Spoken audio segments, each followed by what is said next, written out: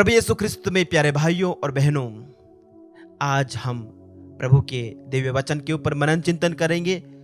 संत मार्कुस का सुसमाचार अध्याय 9 पवित्र वचन 30 से लेकर 37 तक। आइए हम प्रभु का वचन सुने। वे वहां से चलकर गलीलिया पार कर रहे थे। यीशु नहीं चाहते थे कि किसी को इसका पता चले, क्योंकि वे अपने शिष्यों को शिक्षा दे रहे थे। यीशु ने उनसे कहा, मानव पुत्र मनुष्यों के हवाले कर दिया जाएगा। वे उसे मार डालेंगे और मार डाले जाने के बाद वह तीसरे दिन फिर जी उठेगा। शिष्य यह बात नहीं समझ पाते थे, किंतु यीशु से प्रश्न करने में उन्हें संकोच होता था। वे कफरनहूम आए। घर पहुंचकर यीशु ने शिष्यों से पूछा, तुम लोग रास्ते में किस विषय पर वाद विवाद कर रहे थे? वे चुप रहे, क्योंकि उन्होंने रास्ते में इस बात पर वाद विवाद किया था कि हम में सबसे बड़ा कौन है। यीशु बैठ गए और 12 को बुलाकर उन्होंने उनसे कहा, जो पहला होना चाहता है वह सबका पिछला और सबका सेवक बने। उन्होंने एक बालक को शिष्यों के बीच खड़ा कर दिया और उसे गले लगाकर उससे कहा, जो मेरे नाम पर इन बालकों में किसी एक का भी स्वागत करता है वह मेरा स्वागत करता है, और जो मेरा स्वागत करता है वह मेरा नहीं बल्कि उसका स्वागत करता है जिसने मुझे भेजा है। प्रभु का पवित्र सुसमाचार। प्यारे भाइयों और बहनों, प्रभु गलीलिया पार कर रहे थे और उस समय वे अपने शिष्यों को दूसरी बार अपने दुख भोग, मरण और पुनरुत्थान की भविष्यवाणी करते हैं। शिष्य इस बात को समझते नहीं,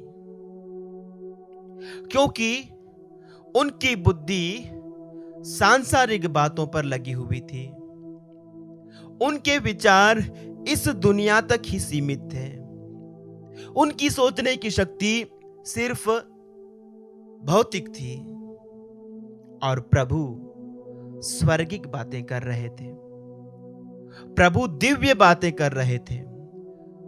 प्रभु ईश्वर के राज्य की परिपूर्णता की बात कर रहे थे। प्रभु हमारे उद्धार की बात कर रहे थे कि पिता ने जिस उद्धार को लेकर उन्हें इस संसार में भेजा है वह कैसे पूर्ण होने वाला है, उनकी दुख भोग, मृत्यु और पुनरुत्थान के द्वारा। पर ये शिष्य इस बात को हजम नहीं कर पाए। जहां प्रभु उन्हें एक हृदय स्पर्शी शिक्षा देते हैं और अपने बारे में एक गंभीर बात बतलाते हैं, पर शिष्य उस सबको एक तरफ करके आपस में बहस कर रहे हैं कि हम में बड़ा कौन है।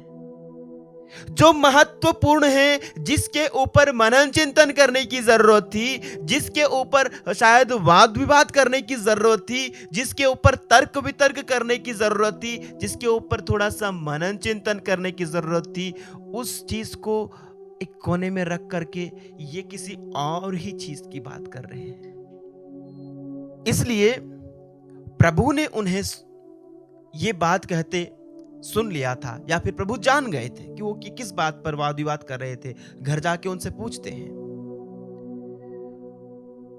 और उनको बतलाते हैं कि वे किस प्रकार की व्यर्थ की बातों के ऊपर मनन चिंतन कर रहे थे या वाद विवाद कर रहे थे। उन्हें बतलाते हैं कि स्वर्ग का राज्य ऐसा नहीं है जैसा तुम सोच रहे हो। तुम में जो बड़ा होना चाह रहा है, स्वर्ग राज्य में वो छोटा बना दिया जाएगा। यदि तुम्हें स्वर्ग राज्य में बड़ा बनना है तो बच्चों जैसे बनिए, सेवक बनिए, दास बनिए। अपना अहंकार बढ़ा करके, खुद के बारे में बड़ी सोच रख करके, दूसरों के सामने खुद को बड़ा बता करके स्वर्ग राज्य में बड़ा नहीं बना जा सकता। प्रभु कहते हैं, स्वर्ग राज्य में यदि तुम बड़ा बनना चाहते हो तो सबका सेवक बनिए, सबसे छोटा बनिए।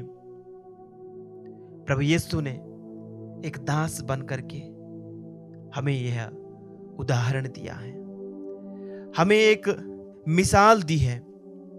प्यारे भाइयों और बहनों, फिलिपियों को लिखे पत्र अध्याय 2 में हम पढ़ते हैं, वहां पर लिखा है वह वास्तव में ईश्वर थे और उनको पूरा अधिकार था कि वह ईश्वर की बराबरी करे, फिर भी उन्होंने दास का रूप धारण कर तथा मनुष्य के समान बनकर अपने को दीनहीन बना लिया। और उन्होंने मनुष्य का रूप धारण करने के बाद मरण तक, हां क्रूस पर मरण तक आज्ञाकारी बनकर अपने को और भी दीन बना लिया। और पता है उसका परिणाम क्या हुआ?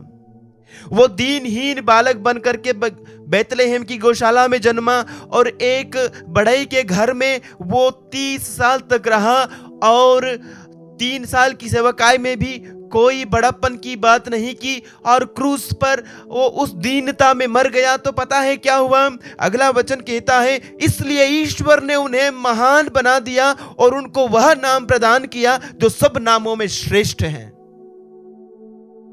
प्रभु ने अपने को दीन बनाया तो पिता ईश्वर ने उन्हें वह नाम प्रदान किया जो सब नामों में श्रेष्ठ है, दुनिया के सारे नामों में श्रेष्ठ है। सब नामों से ऊंचा नाम उन्हें दिया। यदि आप और मैं खुद को विनम्र बनाते हैं, माता मरियम की तरह ये कहते हैं कि मैं प्रभु की दासी हूं, मैं प्रभु का दास हूं, स्वर्ग में महिमा का मुकुट हमारा होगा, स्वर्ग में सम्मान का मुकुट हमारा होगा। आइए हम इस दुनिया में बड़ा बनने का जो हमारा सपना है, खुद को बड़ा बताने, बड़ा दिखाने की जो हमारी ख्वाहिश है,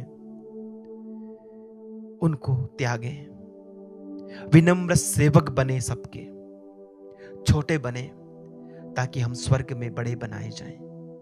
आमीन।